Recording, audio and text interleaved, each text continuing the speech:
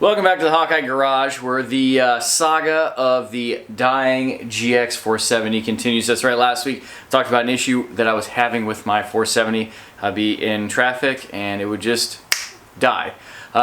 In the past week I've replaced the fuel pump, the spark plugs, the fuel pressure regulator, and done some other tinkering that I'm going to talk about in this video. Stay tuned.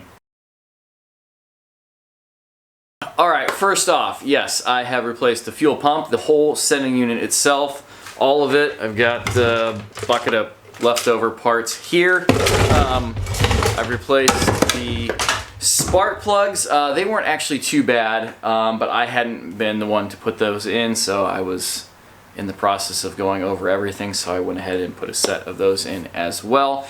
And I ended up putting a fuel pressure regulator on it. If you are on some of the Facebook groups that I'm on with the GX and the 4th Gen 4Runner stuff, you may have saw me post that I was having some issues getting it to run after I had replaced all that stuff.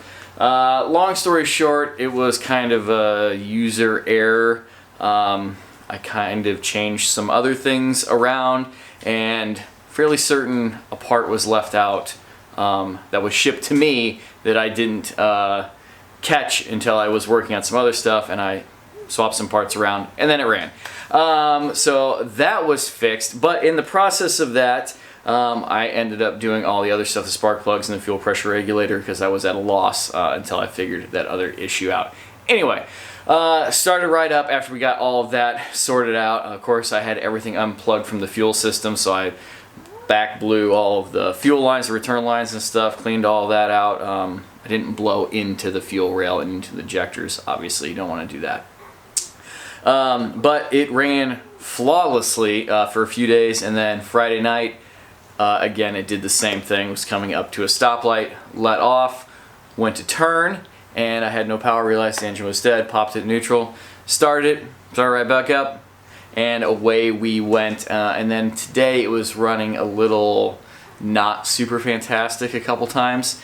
So I've been monitoring a lot of air fuel type stuff on my USB, or not my USB, my OBD2 Wi-Fi reader in real time, and monitoring codes. It didn't throw any check engine lights, but it did throw some like preliminary, like, hey, this isn't a check engine light yet, but it's getting pretty close. And what it was, I don't know the code numbers, I'm sorry, because I was clearing it every time and then refreshing it because I wanted to see what was coming back. Both banks, so it was two different codes, bank 1 and bank 2, running rich, and then it actually threw a couple different codes for implying that the MAF sensor was on the fritz, going bad, whatever you want to call it. So the fact that I know that my fuel delivery, as far as my pump, my lines, my fuel pressure regulator, are good, and the fact that it's reading both banks are rich, I don't think it's fuel delivery. Could it be a faulty fuel injector? Yes, but the fact, again, that both banks are reading rich is not one side or the other. The chances of having a leak or a fuel injector pumping too much on both banks, little unlikely. The fact that I'm having the MAF issue along with that may lead me more towards actually believing that it is a faulty MAF sensor at this point. I've had that code, like I said, a couple times in the last 7 months when we bought it. Just chalked it up to being dirty. I cleaned it a couple times, goes away, comes back. So Friday night I took it apart and I cleaned the heck out of it. I sprayed it a bunch, just saturated it and let it dry. And then it ran good for a day, and then, like I said, had some hiccups again today. So I think I'm going to go ahead and order a new MAF sensor for it. I'm going to get a Toyota one. You can get the Hitachi ones from auto parts stores, but I've heard that they're actually not the same part. I don't know.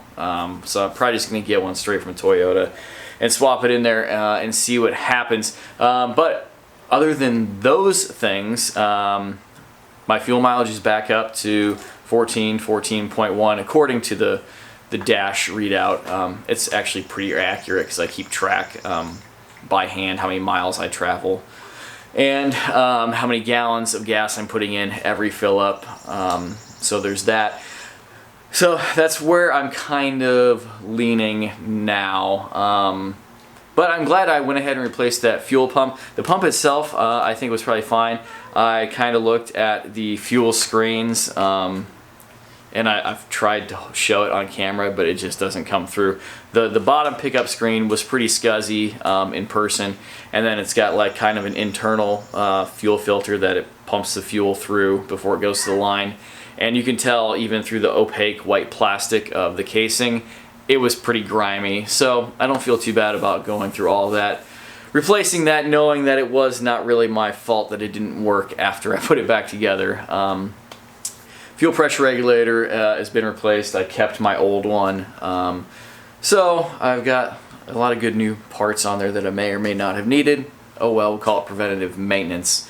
So that's where we are at now. Today I did some more stuff. I did a transmission fluid change where, unless you have a pump to pump all the fluid out of these transmissions, it's basically kind of a dump and pump. You dump whatever will drain out of it, and then you fill it back up with the amount that you took out of it to the correct amount, and then the procedures to kind of do that every few weeks until you're confident that you've drained and refilled enough new fluid. Kind of wonky way to do it, but it works. Definitely was due for fluid change. Replaced my front CV axle shafts. I would pick the one up and show you, but it is nasty because the boots were all broken on it. And we're getting ready to go on a road trip, so it was time to replace those. They weren't making any noises or vibrations or anything, but the time had definitely come to replace those. If you watched my videos before, in my 4th gen, and actually in Chris's FJ Cruiser, we run the, actually I have the box, the CarQuest Advanced Auto branded axle shafts. I know everyone says you got to run the Toyota ones. I've had really good luck with those on the other 2 vehicles, so I bought another set to run here. And if you ever have a problem with one, Advanced CarQuest is pretty much nationwide. Buy it on your account, and you'll have a record of it, no matter where you're at, even if you don't have a receipt. Anyway, just a little update. If you have any more comments, please leave those down below, or if you'd like to do some email correspondence, hawkeyeskunkworks@gmail.com. Also, I said I had 2 MAF codes. One like specifically said MAF. The other one was like kind of a generic code for air fuel delivery that if you Google it, you can. There's a lot of different things it says. MAF, fuel delivery, just real generic stuff. Gas cap. I think my gas cap is okay.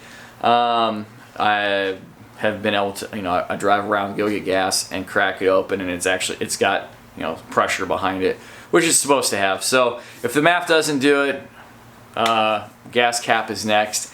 And then after that, I really don't know. I might actually have to take it to a Lexus dealership and have them hook it up to their scanner, which not gonna be cheap probably.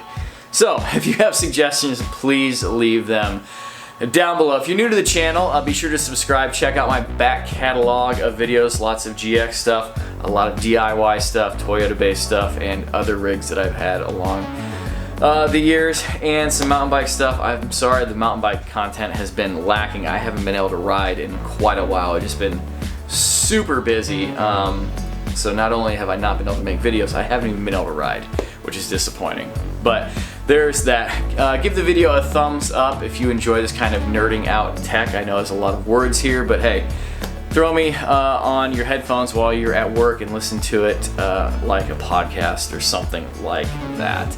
And follow the links in the description down below over to Instagram and Facebook, where I post all the time about a lot more stuff than just cars and bikes. It's family and all kinds of stuff. This is my personal as well as business pages. So turn the notifications on. You'll get a notification every Sunday when I drop a video. And until next week, you know what? There might not be a video next week. I just thought of that. If I can get this thing running and clear some codes, maybe I'll make a video. But we're going to be out of town next week, and leading up to next weekend, making a video is not going to be on the priority list this go around. So sorry about that. But if you have your notifications on, you'll know whether or not I dropped a video. Anyway, until the next video does drop, take care. Thank you for watching. Goodbye.